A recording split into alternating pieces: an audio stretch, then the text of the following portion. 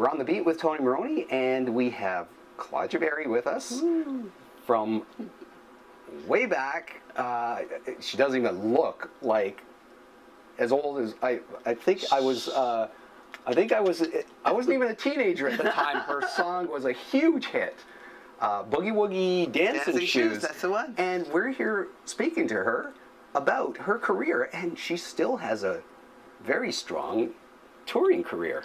Yeah, I'm still working. Yeah. Okay, well let's talk about what you've been up to. Like, you won a Juno back in '79. I'm not ashamed to say it. 1979. And okay, you were one of the first black women to get an actual Juno. I was the first black woman to get a Juno. I was the first black woman to be inducted into the Canadian Black Music Hall of Fame, the same time as Oscar Peterson. Now, I mean, if that isn't music royalty, I have no idea what is. Well, speaking of royalty, you've actually performed for royalty and heads of state. Yes, I did. The year I did the Junos, Pierre Trudeau was in the audience, and I was asked to sit at his table, and I was part of his little entourage the night. It was quite an exciting night for me, and I opened the show, yeah, which was amazing, with dancing shoes and tap dancers, something I'd never seen before, but it was quite interesting. I loved it. I just loved it. Okay, so after the Junos from Toronto, and was it Toronto that got you worked around the world? I understand it was a German record deal you got. Well, I got a deal out of Canada with London Records, and then I was signed to another label here, a couple of labels. I was on Quality? all kinds of different Quality records. I was on Quality, and I had an amazing career. My start came from Moose Jaw, of all places. Moose Jaw and Regina. Radio stations in those two towns were the places that got dancing shoes started in Canada.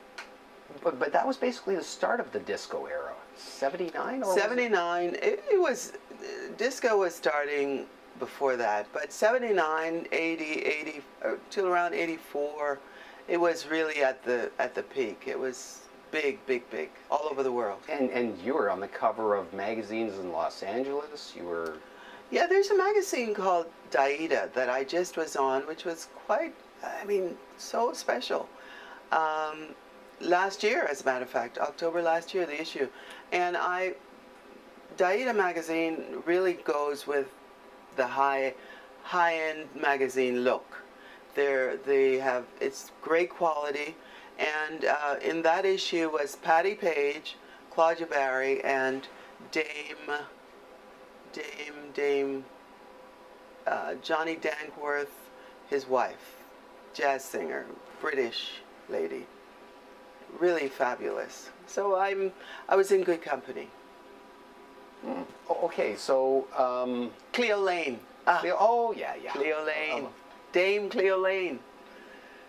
Are you considered a disco queen still, or what do they consider you? Pop rock? What I mean, well, disco for a long time, I was so not categorized. I mean, I had some dance hits with dance music. Boogie Woogie Dancing Shoes, Johnny Johnny Please Come Home, Dancing Fever, Radio Action, Work Me Over. All of those songs were like #1, almost #1 dance records. The last thing I did for a label out of Atlanta was a song called I Will Stand, which was also a wonderful hit. It was #2 on the Billboard Dance Charts in 2006, 2005. Very recent. So yeah, quite recently, and that I was able to go to places like Mexico, Los Angeles, Atlanta, working with that particular piece, which was a great song, I must say. I was very proud of it. I Will Stand is an empowerment kind of piece. Now, back in when the mid-'80s, all the music videos that were coming out, how did you feel about these videos? Did you have any say in what your look should be like? Did you have any direction? Well, a lot of the things went on. A lot of videos. The last video I did was something called Secret Affair, which was it was going, the song made what the video looked like. Whatever the lyrics were, that's what people tried to recreate for the video. So, you know, if you had a story idea for the video, most of the times the record label would hire somebody to do it, and you really didn't have much. I didn't have much of an input. I sort of showed up, and the makeup person from Prince did my hair and makeup, and the stylist was somebody else. And they said go there and do that, and you did it, and you went home. You're obviously touring, and you're controlling your career. Well, a lot of times now, in the past, first of all, in the past, you were more of a commodity, and they sold you as a commodity. Today, a lot of artists are their own business. They do their own publishing, they do their own productions, so you sell the finished product or you put out the product yourself. You can do a lot of marketing yourself now on the internet. You do a lot of things with Twitter and all of the other information technology tools that were not available back then. So it's a little bit easier, I think, today to manage your own career and to make your own decisions about what happens to you as an artist. And so let's go back to the 70s and 80s. You had Why? Why? Well, I mean, this is where everybody really wants to find out. They say, oh, if only it was back like it used to be in the 70s, 80s. And what we're trying to do is educate the musicians these days. It's not like it used to be, but is it better, or do you wish you were back in the 70s? That's what we keep asking the musicians. And they're all like, oh, I wish I was in the 70s. It was a kinder, gentler time. I think there wasn't as much competition as there is today, because like with all the proliferations of all these different kinds of music shows, you know, not Dancing with the Stars, but American Idol and all of those, So You Think You Can Sing and all of that, you know, you see the millions of people lining up to audition for these people, so everybody feels that they can be an artist today. Whereas back in the day, it was not quite as elbowing out of everybody else trying to get there. But it was a nicer time. It wasn't quite as dark as it is today. I think that today, though, you have other possibilities of becoming successful. You have much more, you have a wider area that you can make a living from. Whereas back in the day, you either had to just tour because records, or have huge hit records and make money that way. So, but I think today you can still you can do infomercials, you can be a producer, you can be a publisher, you can be also a singer-songwriter, you can do a lot, you can be an engineer. There a lot of stuff you can do today still. You can write commercials, you can do film music, you can do music for children. There is lots of other alternatives to make a living as a musician or as an entertainer today. There are many more TV shows, a lot of cable shows, there's a lot of internet shows, you can do your own show, get your own sponsors. So I found out in the past, in my life, that you've had to create your own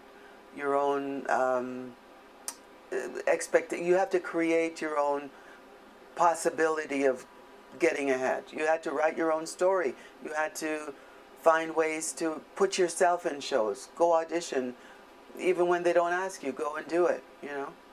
Well, then there's all this other music that really is just a rip-off of songs from the 70s and 80s. I mean, they just sample something and loop it. Yeah.